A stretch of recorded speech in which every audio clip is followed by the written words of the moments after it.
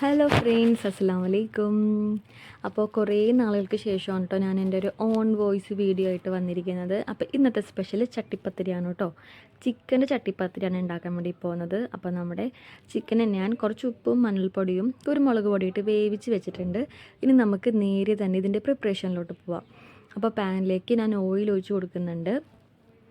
അതിലേക്ക് സവാളയാണ് കേട്ടോ ചേർത്ത് കൊടുക്കുന്നത്. ഒരു 4 സവാള ചേർത്ത് കൊടുക്കുന്നുണ്ട്. പിന്നെ കുറച്ച് ഉപ്പും കൂടി ഇട്ട് കൊടുക്കുന്നുണ്ട്. ഇനി നല്ലപോലെ ഇത് വഴറ്റി കൊടുക്കാം. അപ്പോൾ ഉപ്പ് ഇട്ടാൽ തന്നെ പെട്ടെന്ന് തന്നെ വഴറ്റി കിട്ടുമല്ലോ. സവാളയൊക്കെ പെട്ടെന്ന് തന്നെ ഒന്ന് കുക്കായി കിട്ടും. പിന്നെ അതിലേക്ക് 1 സ്പൂൺ ജിഞ്ചർ ഗാർലിക് പേസ്റ്റ് അതും കൂടി ഇട്ട് കൊടുക്കുന്നുണ്ട്. അതും നല്ലപോലെ നമുക്ക് വഴറ്റി കൊടുക്കാം. പിന്നെ ഞാനിവിടെ ഒരു 3 പച്ചമുളക്, 3 അല്ല കേട്ടോ, 2 തെറ്റിപ്പോയി. അപ്പോൾ 2 പച്ചമുളക് ഇട്ട് കൊടുക്കുന്നുണ്ട്. അപ്പോൾ നിങ്ങൾക്ക് പച്ചമുളകിൻ്റെ ഫ്ലേവർ ഇഷ്ടമാണെങ്കിൽ നിങ്ങൾക്ക് അധികം ഇടാവുന്നതാണ്.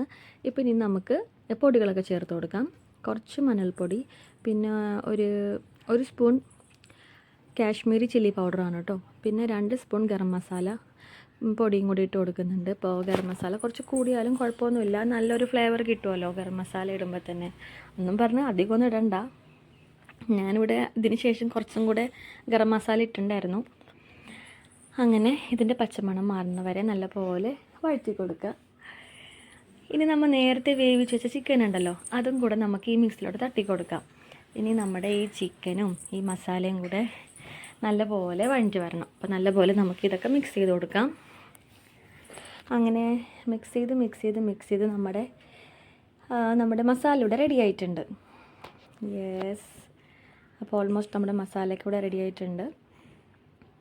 ഇനി നമുക്ക് ചട്ടിപ്പത്തിരിയുടെ മെയിൻ പാർട്ടായിട്ടുള്ള പത്തിരിയാണ്, അത് നമുക്ക് റെഡിയാക്കണം. അപ്പോൾ ഒരു 2.5 കപ്പ് മൈദയാണ് എടുത്തിരിക്കുന്നത്. അതിലേക്ക് കുറച്ച് ഉപ്പും അതുപോലെ കുറച്ച് ഓയിലും കൂടി ഇട്ട് നല്ലപോലെ നമുക്ക് കുഴച്ചെടുക്കാം. അപ്പോൾ എനിക്ക് മാവൊക്കെ കുഴച്ച് തന്നത് അമ്മയാണ് കേട്ടോ. എൻ്റെ കയ്യിൽ ഓൾറെഡി ഫോണുണ്ട്. അപ്പോൾ എനിക്ക് വീഡിയോ എടുക്കണം, അപ്പോൾ എല്ലാം കൂടെ എന്നെക്കൊണ്ട് പറ്റത്തില്ല. അപ്പോൾ അമ്മയാണ് എനിക്ക് മാവൊക്കെ റെഡിയാക്കി തന്നത്. അതുപോലെ അമ്മ തന്നെ എനിക്ക് പരുത്തിയൊക്കെ തന്നത് കേട്ടോ. അപ്പോൾ താങ്ക് യു അമ്മ. അപ്പോൾ ഇവിടെ ഞാനിവിടെ 5 ലെയേഴ്സിൻ്റെ ഒരു പത്തിരിയാണ് റെഡിയാക്കാൻ വേണ്ടി പോകുന്നത്. അപ്പോൾ അമ്മ എനിക്ക് പത്തിരിയൊക്കെ നല്ല തിൻ ലെയറായിട്ട് തന്നെ അമ്മ എനിക്ക് പരുത്തിയൊക്കെ തന്നു. ഇനി നമുക്കൊന്ന് ചുട്ടെടുക്കാം. വലുതായിട്ടൊന്നും കുക്ക് ചെയ്യൊന്നും വേണ്ട. ഈ ഒരു പരുവത്തിൽ നമുക്ക് ചുട്ടെടുത്താൽ മതി കേട്ടോ. ഇനി നമുക്ക് വേറൊരു മിക്സും കൂടെ റെഡിയാക്കാനുണ്ട്. അപ്പോൾ ഞാനിവിടെ 4 കോഴിമുട്ട എടുത്തിട്ടുണ്ട്. ഒരെണ്ണം പൊട്ടിപ്പോയിട്ടോ. പിന്നെ അതിലേക്ക് കുറച്ച് ഉപ്പും കുറച്ച് കുരുമുളക് പൊടിയും പിന്നെ കുറച്ച് പാലും കൂടി ഇട്ട് നല്ലപോലെ മിക്സിയിലൊന്ന് അടിച്ചെടുക്കാം. മിക്സിയിലാകുമ്പോൾ പെട്ടെന്ന് അടിഞ്ഞ് കിട്ടുമല്ലോ. അപ്പോൾ പാലിടുന്നത് വേറൊന്നുമല്ല, നമ്മുടെ പത്തിരി ഒന്ന് സോഫ്റ്റ് ആവാൻ വേണ്ടിയിട്ടാണ്.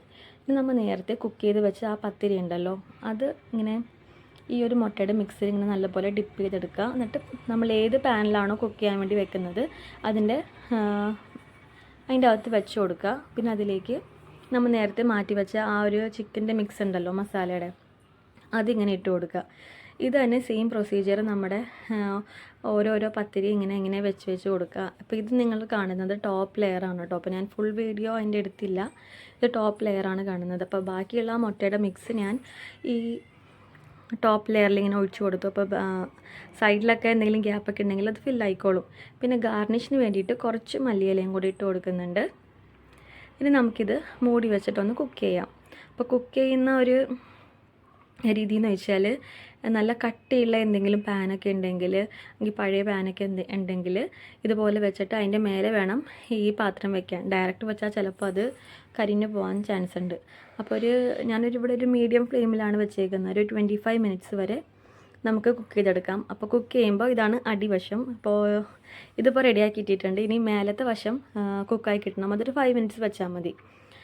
അങ്ങനെ ഇവിടെ എൻ്റെ ചട്ടിപ്പത്തിരി ഇവിടെ റെഡി ആയിട്ടുണ്ട്. അങ്ങനെ ഒരു 30 മിനിറ്റ്സ് എടുത്തോട്ടെ ഇത് കുക്കാവാനായിട്ട്.